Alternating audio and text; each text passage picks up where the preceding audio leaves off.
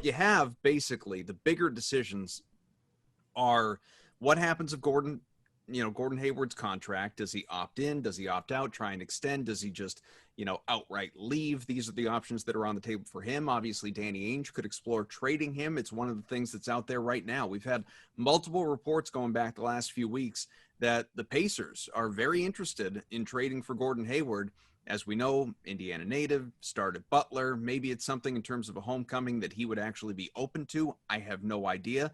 Does it make sense, though, when you start to hear about Miles Turner, Victor Oladipo, things like that, in terms of making a deal work?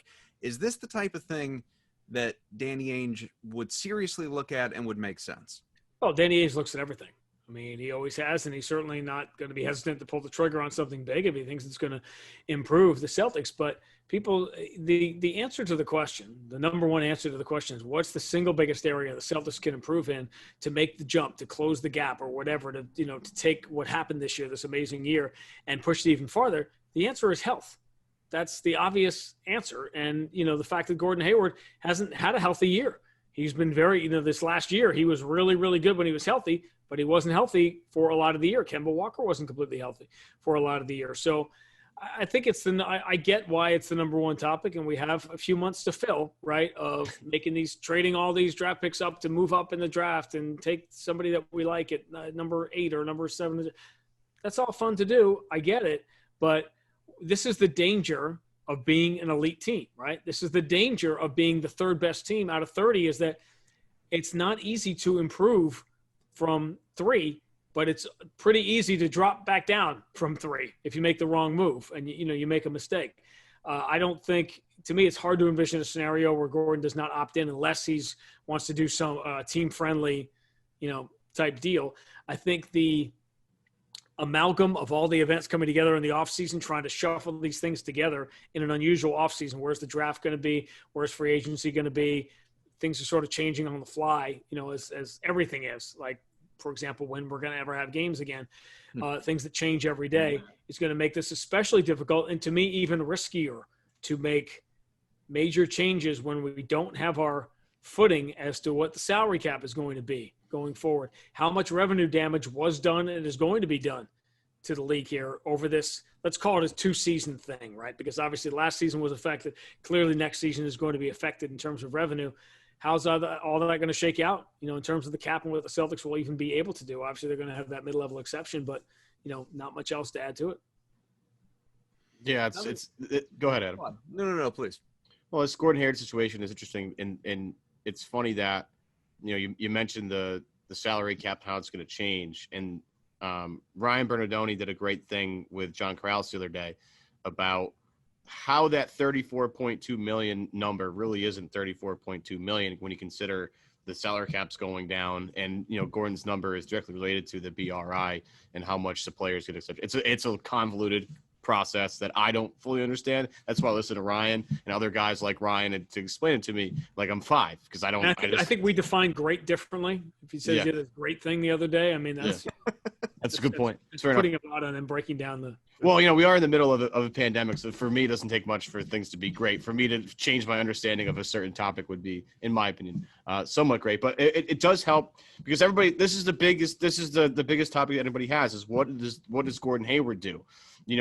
Does he take that, lock in that extension where he might lose some this year, right? Because he isn't going to get that $34.2 million, but he gives himself that long-term security. In your conversations with him and Danny and Brad, is that something they would look into, in your opinion? Would they look into maybe, bringing Gordon Hayward back as a guy past this year? Do you think they're looking that far down the road? Or are they more like a year-by-year thing with Gordon, considering his health and his history of just being snake bitten in the past with the Celtics? Well, I think you have to. And again, it's to go back to the Doc Rivers, what used to be the most famous Doc Rivers quote. It isn't anymore because he has one that will now live for the ages. But right. The Doc Rivers quote about the number one ability in a player is availability, right? And as good as Gordon Hayward has been, you have to ask yourself, there's great questions when you look at a player who has been injury prone or whatever you want to say, Romeo Langford or whatever. Is that bad luck or is that a trend? Because we tend to say players that have been hurt always tend to get hurt. that isn't always true. Paul Molitor is a great case of a player who was injured early in his career. People started to write him off as a guy that wasn't going to be a very good player because he's always going to be hurt. And then he was very healthy in the second half of his career and had a Hall of Fame career. So you don't really know.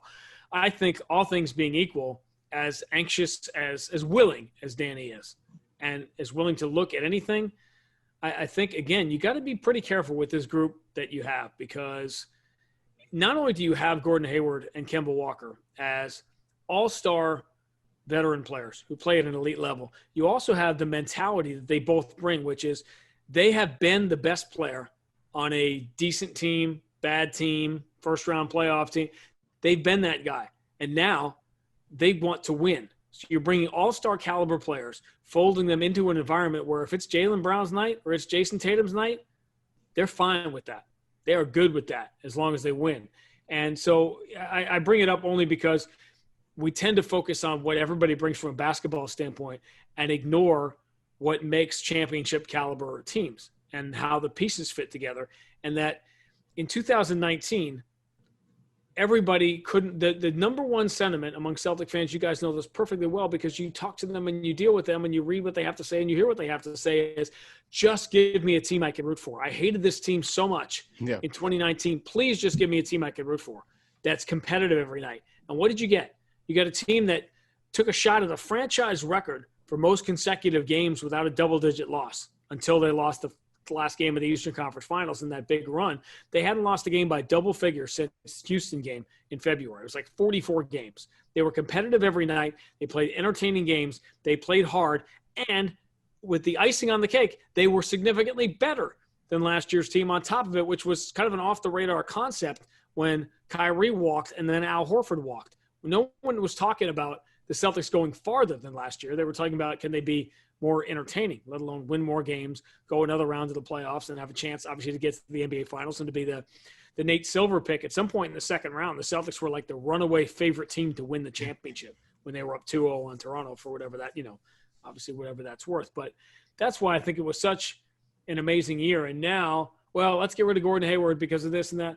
Oh, okay. Well, if you get Miles Turner and Victor Oladipo, that's an interesting thing to discuss, certainly, and how those pieces would fit together.